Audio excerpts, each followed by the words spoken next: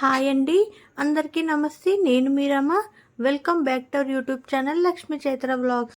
ఈరోజు వీడియోలో కొబ్బరి పచ్చడి ఎలా చేయాలి అంది వీడియోలో చూపించబోతున్నాను. ఇప్పుడు ఈ మధ్య అన్నీ కూడా పండగలే వస్తున్నాయి. సో దేవునికి కొట్టిన కొబ్బరికాయల్ని వేస్ట్గా పారేయకుండా ఈ విధంగా కొబ్బరి పచ్చడి అనేది చేసి చూడండి. టేస్ట్ అనేది చాలా బాగుంటుంది. ఈజీగా అయిపోతుంది. ఒక 5-10 నిమిషాల్లో చేసేసుకోవచ్చు. ఈ కొబ్బరి పచ్చడిని వేడివేడి అన్నంలో వేసుకొని కాస్త వడియాలు ఇలా మజ్జిమిరపకాయలు పెట్టుకొని తిన్నామంటే టేస్ట్ అనేది చాలా బాగుంటుంది. ఈ కొబ్బరి పచ్చడిని అన్నంలోకే కాదండి, పెరుగన్నంలో కూడా నంచుకొని తినచ్చు. చాలా బాగుంటుంది. ఇంకెందుకు లేటు వీడియోలోకి వెళ్ళిపోదాం.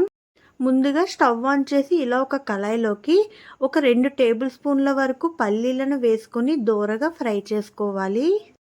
ఈ విధంగా కాస్త పల్లీలు అనేది ఫ్రై అయిన తర్వాత ఒక చిన్న గిన్నెలోకి తీసి పక్కన పెట్టుకోవాలి. అదే పాన్లోకే ఒక 2-3 టేబుల్ స్పూన్ల వరకు ఆయిల్ వేసుకొని ఆయిల్ కాస్త వేడైన తర్వాత మనం చేసే కొబ్బరి పచ్చడికి పచ్చిమిర్చి అయితే ఈ విధంగా ఒక 10-12 పచ్చిమిర్చిని మధ్యలోకి కట్ చేసి వేసుకోవాలి. ఎప్పుడైనా సరే పచ్చడి చేసేటప్పుడు కారం అనేది వాడకూడదండి. ఇలా పచ్చిమిర్చి వాడితే చాలా బాగుంటుంది. అలానే కాస్త పచ్చిమిర్చి ఫ్రై అయిన తర్వాత ఒక 2 టేబుల్ స్పూన్ల ధనియాలు, అలానే ఒక 4 ఎండుమిర్చి, ఒక 1 టేబుల్ స్పూన్ జీలకర్ర వేసుకొని మరొక 2-3 నిమిషాల పాటు బాగా ఫ్రై చేసుకుందాము. పచ్చిమిర్చి అనేది ఫ్రై అవ్వడానికి కాస్త టైం పడుతుందండి. సో ఒక 2 నిమిషాల పాటు ఇలా బాగా ఫ్రై చేసుకున్న తర్వాత ఒక కొబ్బరికాయ మొత్తం కూడా చిన్న చిన్న ముక్కలుగా ఈ విధంగా కట్ చేసి వేసుకోవాలి. ఇక్కడ నేను చెప్తున్న క్వాంటిటీ అయితే మటుకు ఒక కొబ్బరికాయకి ఈ విధంగా పచ్చడి ఎలా చేయాలి అనేది అయితే వీడియోలో చేస్తున్నాను.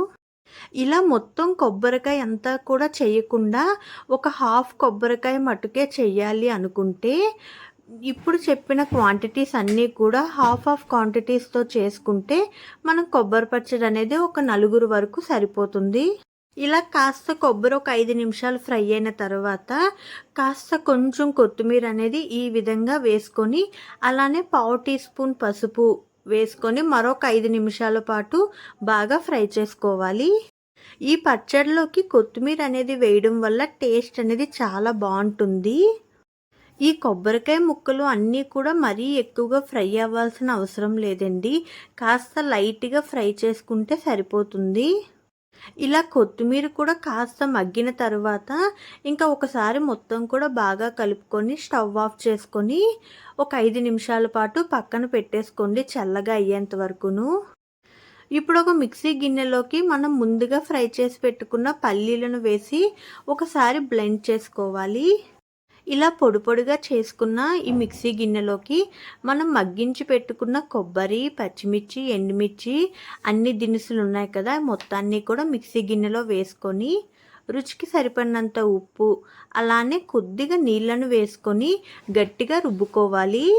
నీళ్ళు అనేది ఎక్కువగా వేసేయొద్దండి. పచ్చడిని గ్రైండ్ చేస్తునేటప్పుడు అవసరాన్ని బట్టి వేసుకొని ఈ విధంగా పచ్చడి అనేది గట్టిగా ఉండేలాగా రుబ్బుకోవాలి. తాలింపు కోసం స్టవ్ మీద కళాయి పెట్టుకొని 2 టేబుల్ స్పూన్ల వరకు ఆయిల్ వేసుకోవాలి. ఆయిల్ కాస్త వేడైన తర్వాత ఒక 6-7 వెల్లుల్లిని పైన పొట్టు తీసి వేసుకోవాలి. అలానే ఆవాలు, జీలకర్ర, మినపప్పు, ఒక 4-5 ఎండుమిర్చిల్ని ఈ విధంగా చించి వేసుకోవాలి. అలాగే కొద్దిగా కరివేపాకును కూడా వేసుకొని మంటను మీడియం ఫ్లేమ్లో పెట్టుకొని బాగా ఫ్రై చేసుకోవాలి. ఇలా తాలింపు అనేది కాస్త దూరగా వేగేంత వరకు బాగా వేయించుకొని మనం ముందుగా గ్రైండ్ చేసి పెట్టుకున్న పచ్చడి మొత్తాన్ని ఈ తాలింపులో వేసి మంటను సిమ్లో పెట్టేసుకొని ఒక 2-3 నిమిషాల పాటు బాగా మగ్గించుకోవాలి. ఇలా చేయడం వల్ల కొంచెం పచ్చడిలోకి ఆయిల్ అంతా కూడా బాగా పట్టి మరి కొంచెం టేస్ట్ అనేది యాడ్ అవుతుంది. చూస్తుంటేనే నోరూరుతుంది కదా, అంతే బాగుంటుందండి. రుచి కూడా చాలా బాగుంటుంది. ఇలా ఒకసారి కొబ్బరి పచ్చడి అయితే ట్రై చేయండి.